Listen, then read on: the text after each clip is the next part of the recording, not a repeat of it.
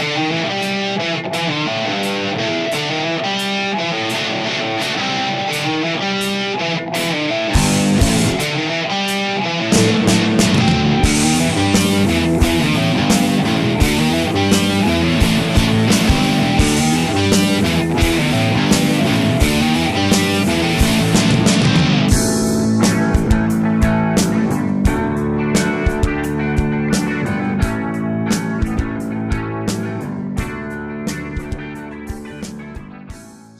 guys, this is Shane Guns with 365 Radio Network, and I'm on the phone today with Unfinished Wood. What's up, guys? Hey, how you doing? How are you? I'm doing pretty good. So let's introduce the band. My name's Scott Davis. I sing and I play guitar. I'm Kevin Brennan. I'm the bass player, do a little singing myself. The one member who's not here is Noah McKenzie, who also does some singing. He plays our drums. Awesome, very cool. So, what are your influences as the lead singer and guitarist? My biggest influences, growing up, I was and still am a Kiss fanatic. I'm also a huge Rush fan as well. So those have always been my two favorite bands. But there's just so many that I've listened to over the years. I love Foo Fighters, but then I love the Beatles, the Stones, Bruce Springsteen, Nirvana, Pearl Jam. It just goes on and on. But Kiss and Rush, really, as far as the most listening that I was doing, that really was those are the two biggest bands for me growing up. Awesome. So, Kevin, as the low end of the group, what are your influences as the bassist? Finding influences on bass players is always, there's a short list that everybody seems to have. Right. Everybody seems to list, Steve Harris and the Geddy Lee and all those. Honestly, my influences come from every single person you could find out there, whether they're a bass player or not. I just like the music. So whether I find some really great bass parts in Peter Gabriel, Tony Levin bass parts, or whether it's good old Gene Simmons from Kiss, or every one of the bass players from Metallica, it all seems to come in at some point and filter in and goes into the music. Let's put it this way: I would never say that something hasn't been an influence, because you never know when something's going to come out that you heard. Right, exactly. So you guys currently have an album out. Let's talk about the album. Okay. So this one is this our third? Yeah, it's the second full-length CD.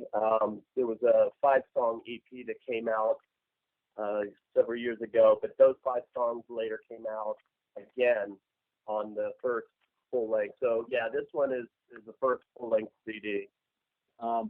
So this one's called The Cards That You've Been Handed. Right. The Cards You've Been Handed. This one was kind of in the realm of, we decided probably about a year and a half ago, let's do this. Let's take these songs that have been kind of rattling around the band, and we realized that there was a core of 4 or 5 songs that we've been playing for a while, and we're catching up, that they were just never going to go away, and we needed to get these nailed down. At the same time, Scott was playing some riffs, and I was playing some riffs, and at some point we're like, you know what, hey, is that a song? No, well, it should be. So let's get some new stuff down. So it all kind of came together in a giant project, and that's where it kind of, I don't know how you'd say, we kind of launched our own little Manhattan project. We're going to get this done if it kills us. And so laying that down, it took about a year and a half to complete. Right. Awesome. Well, I know since I've been a DJ over at 365, Kaylin actually introduced me to you guys and sent me a couple of tracks. And I instantly fell in love with the music, because it took me back to, the 70s vibe. Yeah. Yep. There's a lot of that. Yeah. To where it's that feel good rock and roll, not too much to worry about. Let's just sing. Let's have some fun. It's really good music. And I was very honest when I said that you guys right there in my top 5. Great. I appreciate that. That's very nice of you to say. Yeah. Well, you're quite welcome. You touched on a great point there, that a lot of this album really, there's not a whole lot of heavy themes in it. Right. It's just good time rock and roll. There's a one of the more upbeat songs on the album called Longboard, and that's a tune that's been around for quite some time with us. The first time we went through that, it was this really heavy lifestyle choices, political type thing. Right. And it was just this heavy, heavy song. So Scott took and rewrote it, and then it became this song. I think it was called Darker Skies. Right. And it was still heavy, heavy. The music was still good. We loved the music, but the vocals just kept going on as this really heavy thing. So we finally, about 6 months ago, said, you know what? Now it's about surfing. Let's write it as a surfing song, life on the beach and surfing. Right. And that, lighten it up, lighten the mood, and it's supposed to be fun. And that's what most of the album's supposed to be, is let's remember that it's just rock and roll, and let's have some fun with it. Right, exactly. I mean, because when I listen to it, it's very relaxing, and I know this may be kind of weird, but it's very relaxing. I don't feel like there's a political agenda behind it or anything like that. Yeah, I would agree. Yeah, we a lot of the lyrics. Kevin wrote the lyrics. Longboard. I've written a lot of the lyrics. It's just whatever's a matter of. Speaking for me, it's just whatever's in my head at that particular moment. And sometimes a song starts with a guitar riff, a drum beat. Sometimes it starts with a concept lyrically. So it's just kind of whatever pops in our head, and then we just take it from there. But there's no question. You mentioned the '70s thing, and that's those are the bands that at least I can only speak for myself here, but those are the bands that I am most influenced by. Again, going back to Kiss and Rush and those types of bands, Zeppelin. So you're influenced by what you're influenced by, and that's I think this is definitely a product of that. Right, exactly. So let's talk about sort of the writing process. When you have an idea, or whoever has an idea, how does that come to be?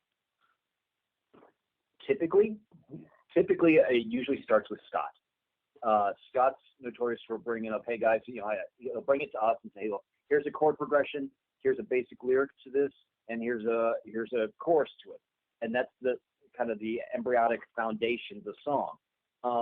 9 times out of 10, that doesn't really change throughout the most of it. How we approach it from there, that's where Noah gets involved, because the beat's going to influence a whole lot of stuff in the song. Right. And once Noah puts his 2 cents on it, then I'll come in and kind of marry the two together. So that's typically. Would you say that's typically? Yeah, usually I sit down with my guitar and I write what I call a song, and I will, like you said, I will come up with the riff, the verse, the chorus, basically something that I can sit down by myself and play, and it sounds like a song, knowing that it's going to take on another life once the other guys get involved, and I want them to come up with their own parts to make the song. I guess I built the foundation of the house, and then those guys help decorate it and make it, a really nice place. So I kind of start with that, and then sometimes I will either present it to those guys, or I'll just get on my computer, make a really rough demo of it, and email it to them, or have them listen to it, and then we take it from there. So, like a great example, actually, we've got a song on this called Julia, yeah. And it started off, at least in my head, as a pretty heavy rock tune. Yeah, that demo was real hard rock. Yeah, and I made a demo, and it was a straight up drum beat, a straight heavy rock song. Noah came in and kind of did this double snare tap on it, and it's very Ringo Starr, I think. Yes, yes. We've considered that. We talked about how that song kind of went from being this heavy rock tune to a cross between My Sharona and I Want to Hold Your Hand. Right. And it's more pop sounding maybe than a lot of the stuff that we do, but we're thrilled with how it turned out, and it was a whole new life to a song that I saw going in one direction, ended up going into another direction, and quite frankly, I like the new direction better. Right. Well, I'll say that that's one of, I hate to say that I have a favorite song on any album, but I really do like that song. It's one of the best. once that one all came together, everybody kind of got that look in their eye of, whoa, what did we just create here? This, I hate to say it, but this actually sounds like a single, and you'll probably be hearing a lot more of that one as the year progresses. Right, exactly. Well, I know that I'll spin it a lot more too. I spun it last week and the week before, so I'll continue to do so because that's, like I said, it's one of my favorites of the album. So. Yeah. Well, thank you. Glad you've enjoyed it. So as far as how things progress, from the beginning of the songwriting process to the end of the songwriting process, I guess one of the I think the neatest stories on the album is there's a song called "Friend for the Night," which is it's got this tongue-in-cheek little humor to it. That it sounds like it's going to be this sexy thing, but it's really not. If you listen to the lyrics, but that's another one that started out as a much more, I guess, harder edge, straightforward rock tune. Right. But by the end of it, our drummer on that is playing a basic rock beat. I'm coming behind it from the bass. You were talking about influences earlier. I'm coming through on the bass with a kind of a straight funk part. Right. But we buried that in the back so it wouldn't take over the crux of the song. And then Scott's coming in with an acoustic guitar over this thing. And the fusion of rock and acoustic and funk in that thing made this song into something that it's unlike anything else on the album. And it's a real special piece because it's this new fusion. The thing we like about this album is the range. Right. The hard rock, the soft rock, it's all in there. Yeah, "Friend for the Night" was interesting because I had actually made a demo with Jared, our producer engineer, and it was a rock song, and the demo is, and maybe we'll release that on our box set someday. Right. But it was while I liked the lyrics, I liked the guitar solo a lot. I was real happy with that. But as an overall straight up rock song, it didn't move me. It was very almost vanilla.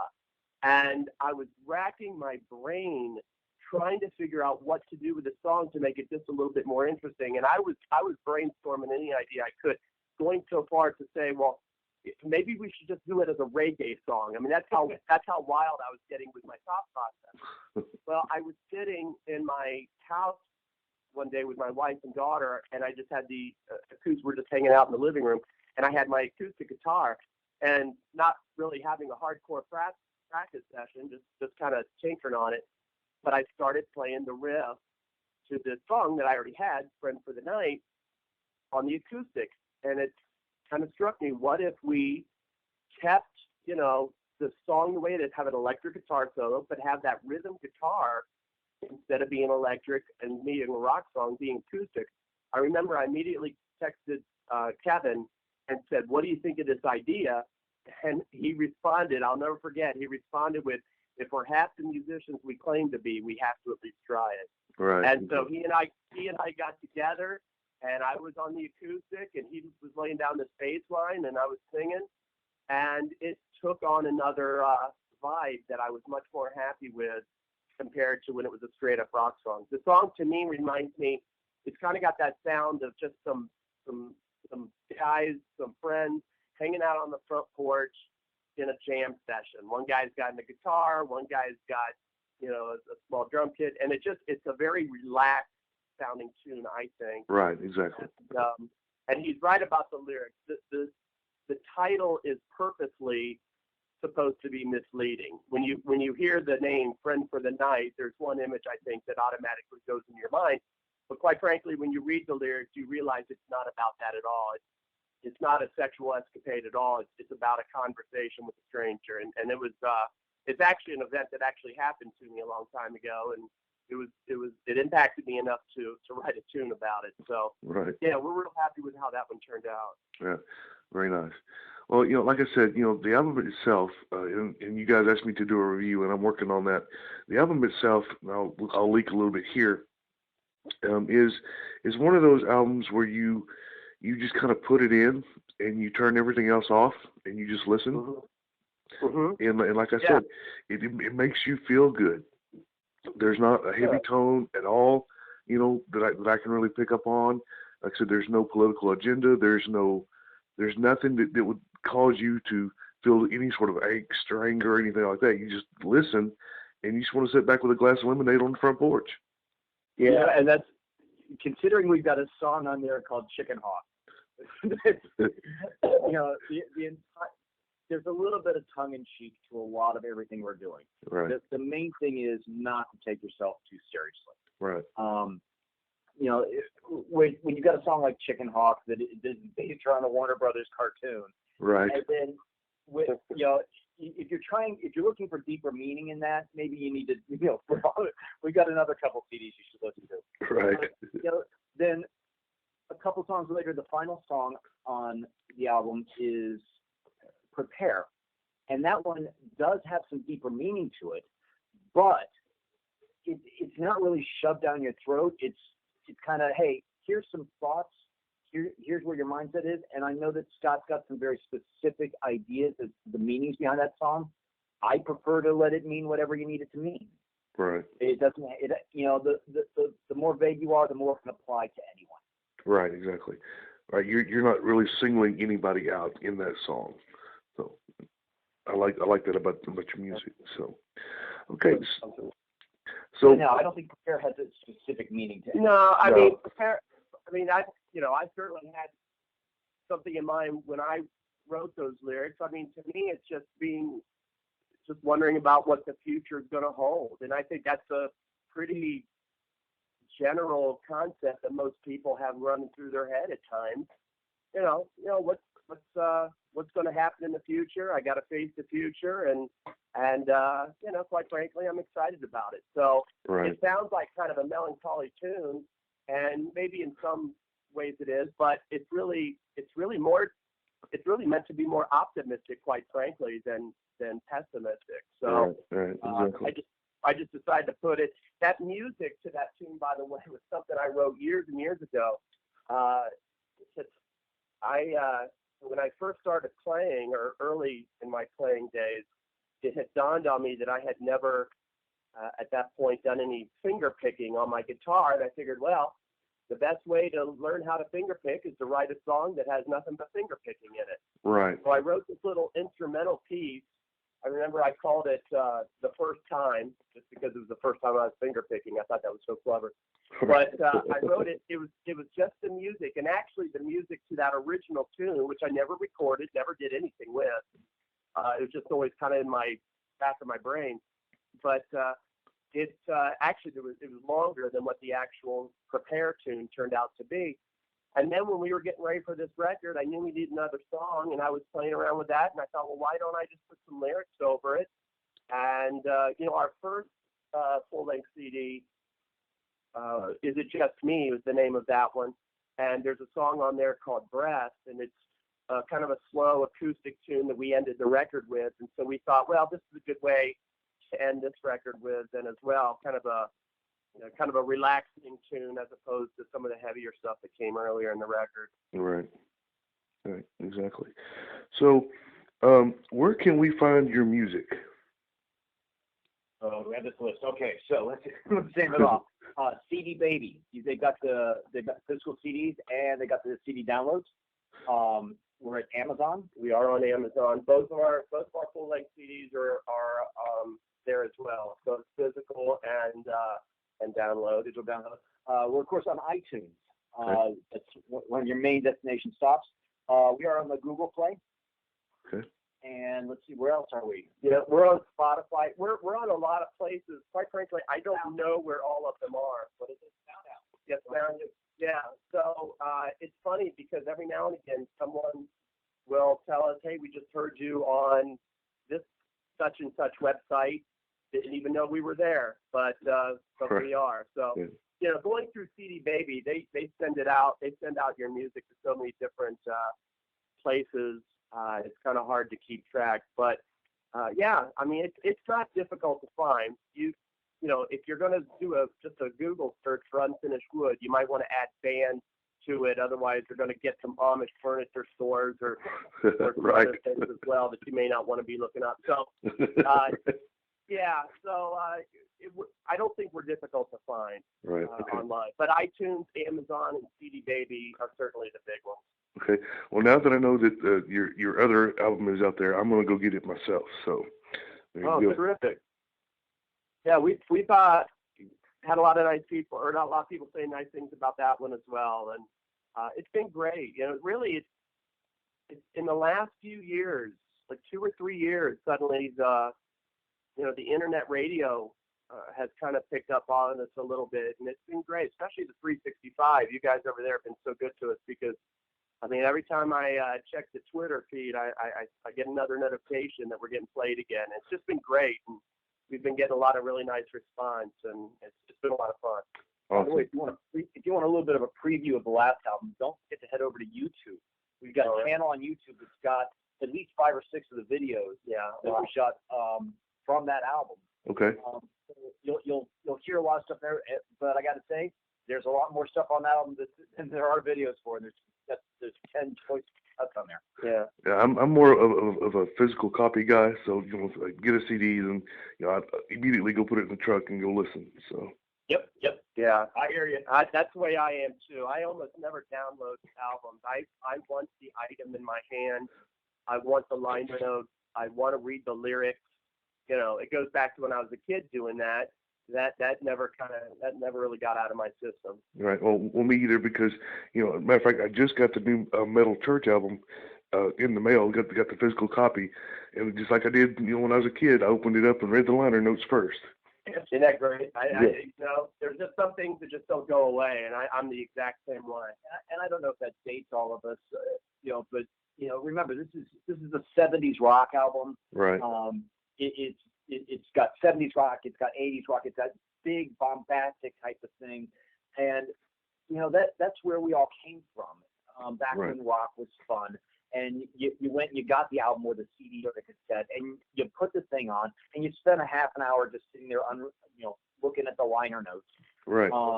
It's not that we've got anything important or socially relevant to say, but at least you can put your eye to who these people are and what they're trying to say, and you get. I feel you get a little bit more in touch with the band. Right. Maybe that's not the way that everything rolls nowadays, but that's not the type of album this is. Nobody's making albums like this right now. Right. Well, I was going to say earlier that of course I'm the metal guy, so that's what I go to. But with you guys and some other artists that we play, it's different type stuff than what's out there and what's being pushed, even on mainstream radio. And so that's what we focus on, is the stuff that's a little different, and we really like that stuff. And that's what we focus on. Yeah. Well, it's like I said, it's been great, and we've been getting, we get emails from people we don't know who are saying just really nice things about this song, that song, and that's another thing that I really like, is that everybody seems to have a different favorite song, right? Which tells me that we didn't just get lucky with one tune and the rest is garbage. It seems that different tunes are striking or moving different people for different reasons, and we'll get an email saying this lyric is so great, or this guitar riff, or this, and it's very satisfying. And I like the fact too that we've gotten actually, our lyrics aren't too terribly deep, but apparently they've meant something to somebody, because we are getting messages talking about the lyrics. And as a Rush fan growing up, sometimes their lyrics got a little heavy, but sometimes they weren't too heavy, but they were still interesting. And I just remember sitting on my bed with with the liner notes of a Rush album, reading along those lyrics while I listened to the song. And those Neil Peart lyrics were pretty moving for me. So that if anybody says anything like that about something I've written, it's nice to hear, for sure. Right. Exactly. Okay, guys. Well, we're going to wrap up this interview, but I would like to come back and revisit when you have some new stuff out. Absolutely. Okay. Very cool. You should be hearing releases from this album as this year goes on. We've got more videos coming out, and we'll be pushing some more songs, especially on the 365 network. Okay. Very awesome. Well, again, guys, I thank you very much for this opportunity, and we look forward to what's coming up in the future. Hey, thanks so much. Thank you. Okay. All right, guys. Before you